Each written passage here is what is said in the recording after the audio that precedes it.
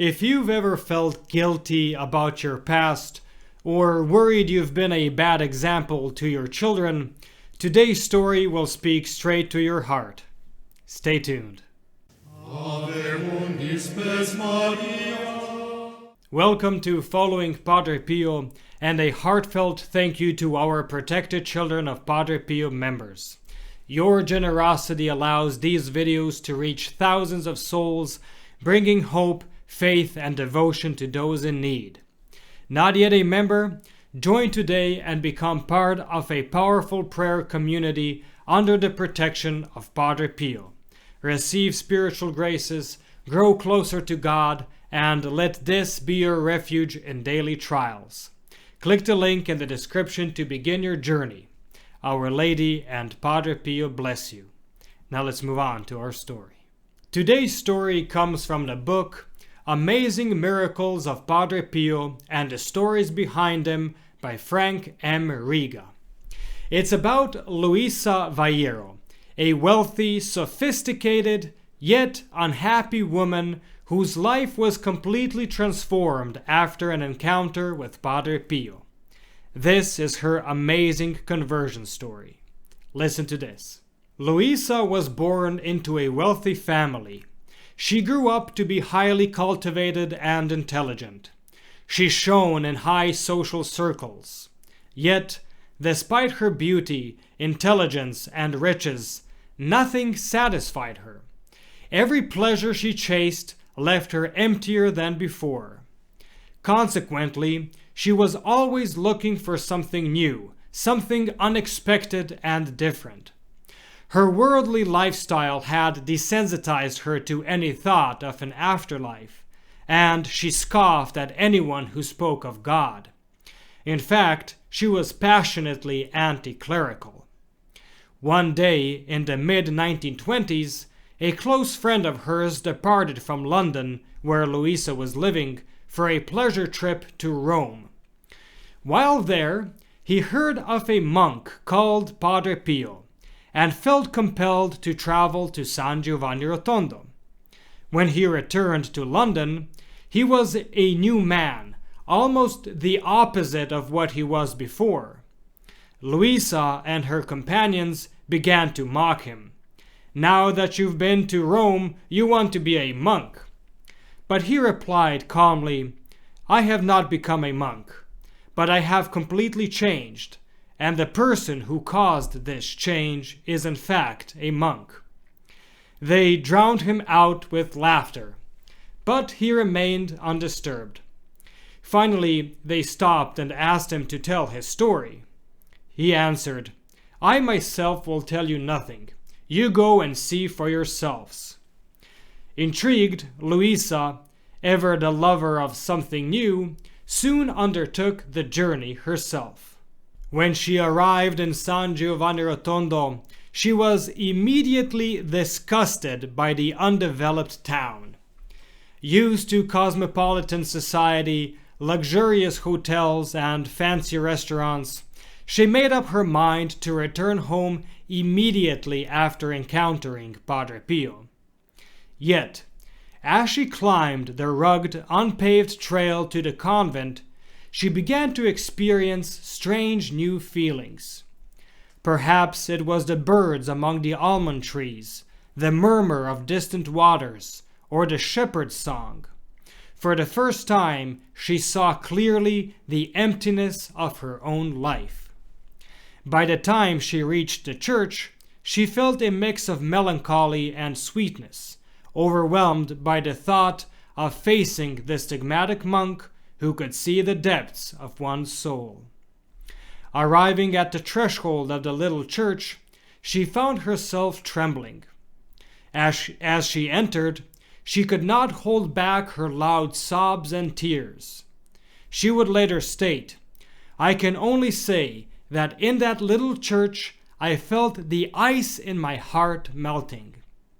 Some women in the sacristy heard her and hurried over, followed by Padre Pio himself. As soon as he saw Luisa, and before she could say a word, he said, "Be calm, Signora, be calm. The mercy of God is infinite, and Jesus died on the cross for sinners. She noticed an exceptional brightness about him and began to feel tranquil.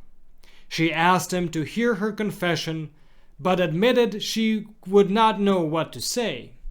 He replied that this was not the time. She should return at 3 o'clock when he would confess her. "If you don't know what to say," he said, "I will say it for you."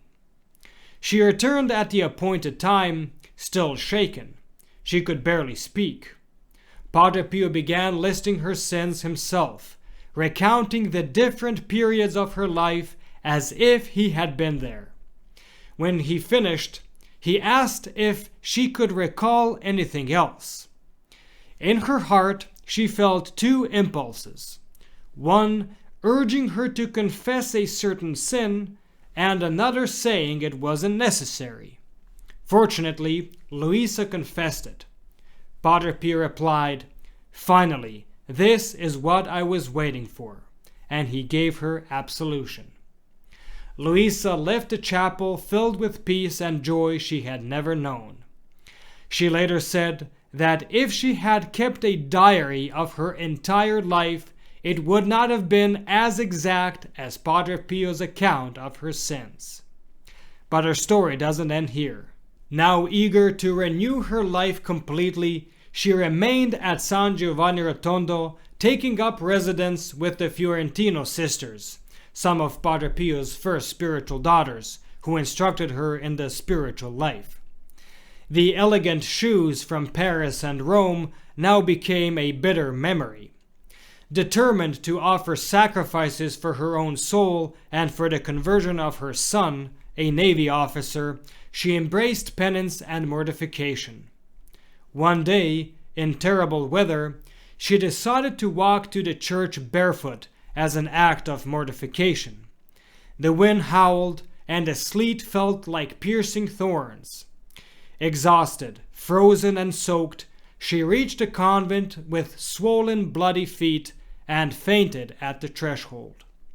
She was taken into the sacristy, icy water dripping from her clothes.